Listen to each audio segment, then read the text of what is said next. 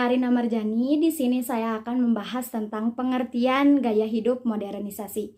Oke, menurut Murseha, gaya hidup adalah pola perilaku seseorang dalam memanfaatkan waktunya.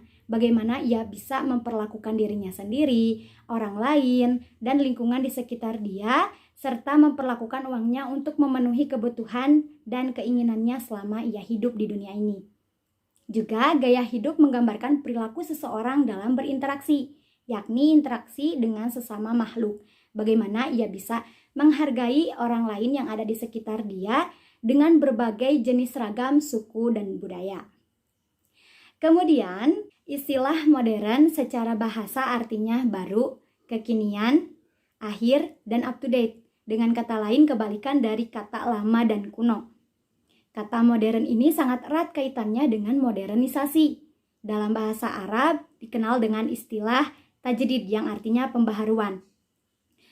Modernisasi dalam masyarakat barat adalah pikiran, gerakan, aliran, atau usaha untuk mengubah paham-paham, adat istiadat, atau lain sebagainya untuk disesuaikan dengan suasana baru yang ditimbulkan oleh kemajuan ilmu pengetahuan dan teknologi modern.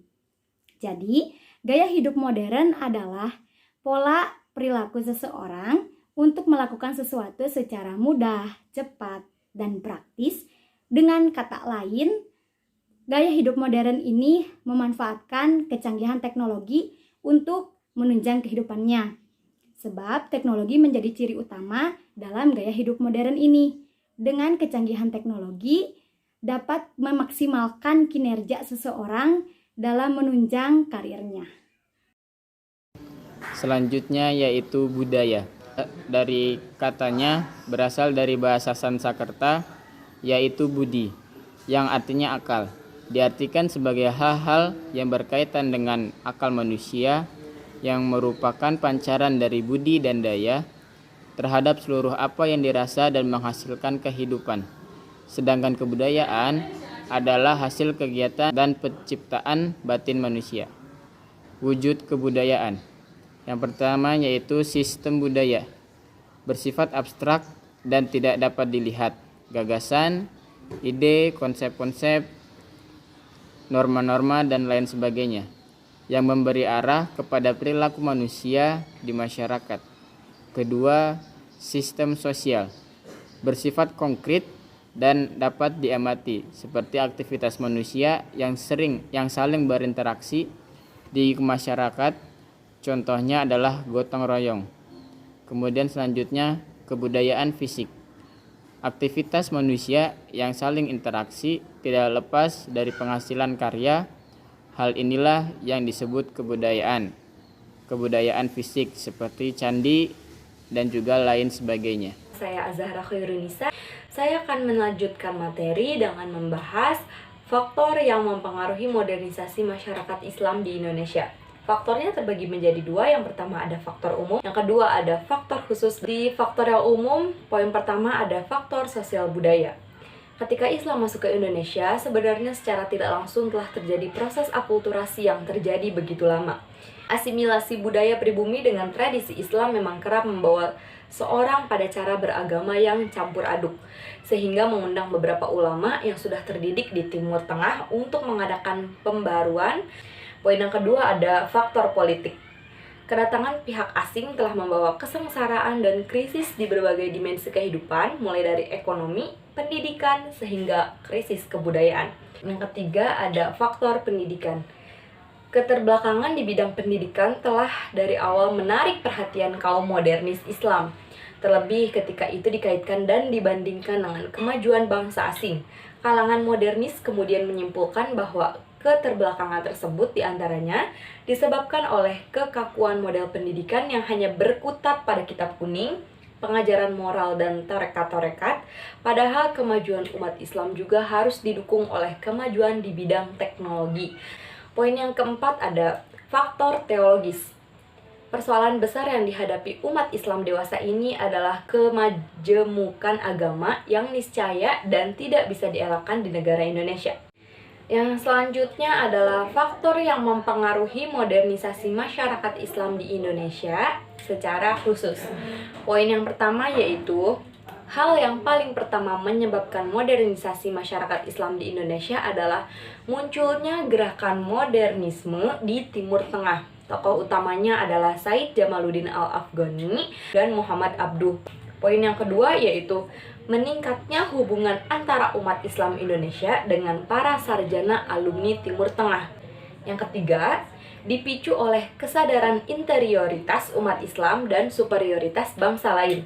Hal ini menyebabkan umat Islam mulai mendapati diri mereka begitu tertinggal dari bangsa-bangsa barat, sehingga mendorong munculnya gerakan modernisme sebagai akar dari gerakan modernisasi Islam. Yang keempat, munculnya sejumlah organisasi Islam yang semakin banyak. Poin yang kelima, terbentuknya Sarekat Islam. Setelah kemunculan Sarekat Islam ini, proyek modernisasi Islam lebih berwarna politis ketimbang akademis. Saya Anissa Nur Fitriani. Saya akan melanjutkan materi dengan membahas contoh gaya hidup modern. Yang pertama, ada penggunaan gadget yang berlebihan. Salah satu yang banyak dilakukan oleh hampir semua orang di zaman sekarang adalah penggunaan gadget yang berlebihan, khususnya pada ponsel. Jika dibiarkan begitu saja, maka akan berakibat fatal terhadap kondisi pengguna ponsel tersebut. Efek ketergantungan yang terjadi akan semakin besar dan dapat merusak psikologi terhadap dirinya sendiri. Beberapa dampak negatif terhadap penggunaan ponsel yang berlebihan diantaranya, yang pertama, mendorong munculnya kejahatan yang sebelumnya tidak ada. Yang kedua, mempermudah masuknya nilai-nilai budaya asing yang negatif, seperti cara berpakaian yang tidak sesuai norma dan etika. Yang ketiga, mempermudah penyebaran karya-karya pornografi. Yang keempat, mendorong tindakan konsumtif dan pemborosan pada masyarakat. Dengan teknologi yang semakin canggih, semakin mudah untuk menawarkan barang yang sebenarnya tidak begitu diperlukan. Dan yang kelima, mendorong kekejaman dan kesadisan.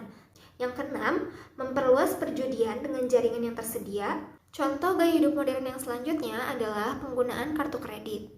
Saat ini, kartu kredit sudah menjadi bagian dari gaya hidup yang sulit terpisahkan. Bunga rendah dan berbagai penawaran fasilitasnya menjadi daya tarik yang sulit untuk ditolak. Apalagi jika dalam keadaan sulit untuk keperluan mendesak. Sebetulnya bukan menjadi suatu masalah apabila seorang muslim mengikuti tren gaya hidup modern, selama masih dalam batas yang wajar. Seringkali para pengguna kartu kredit sangat boros dalam menggunakannya, yang berakibat untuk sulit membayar hutang, terlebih dengan bunga yang akan semakin membengkak, yang akan memberatkan di kemudian hari. Oleh karena itu, sebaiknya kita dapat hidup berhemat dan menghindari gaya hidup konsumtif agar tidak merugi di masa depan. Perilaku konsumtif seringkali dilakukan secara berlebihan sebagai usaha seorang untuk memperoleh kesenangan atau kebahagiaan, meskipun sebenarnya kebahagiaan yang diperoleh semu belaka. Adanya modernisasi dalam zaman sekarang ini bisa dilihat dari cara berpikir masyarakat yang irasional menjadi rasional. Dengan berkembangnya ilmu pengetahuan dan teknologi, masyarakat menjadi lebih mudah dalam aktivitas dan mendorong untuk berpikir lebih maju. Perkembangan teknologi industri yang sudah modern dan semakin pesat membuat penyediaan barang kebutuhan masyarakat melimpah. Dengan begitu, masyarakat mudah tertarik untuk mengkonsumsi barang dengan banyak pilihan yang ada, sesuai dengan kebutuhan masing-masing. Mengikuti perkembangan zaman merupakan suatu hal yang sangat penting agar kita tidak terlindas roda modernisasi. Namun hal yang amat penting juga kita menjadi generasi maju tanpa meninggalkan nilai etika serta budaya warisan luhur Nusantara.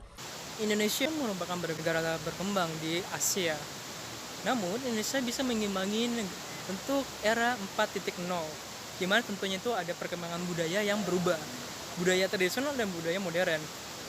Nah, tentunya budaya itu ada yang bersifat negatif dan positif.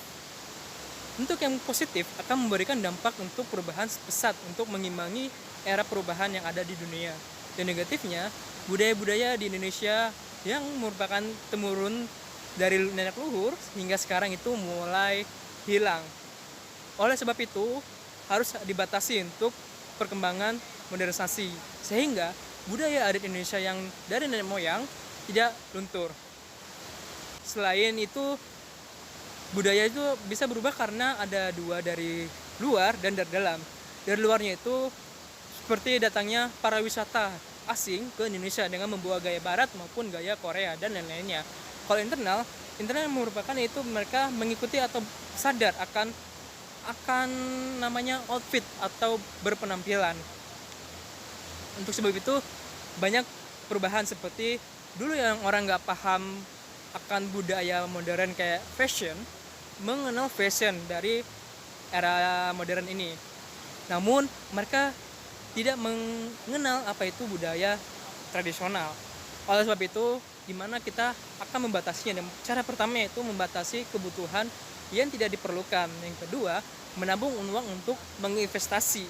Yang ketiga, melakukan upaya pembangunan apa yang bisa dilakukan untuk mencegah anak muda untuk bisa berpenampilan luar, mengikuti budaya-budaya luar.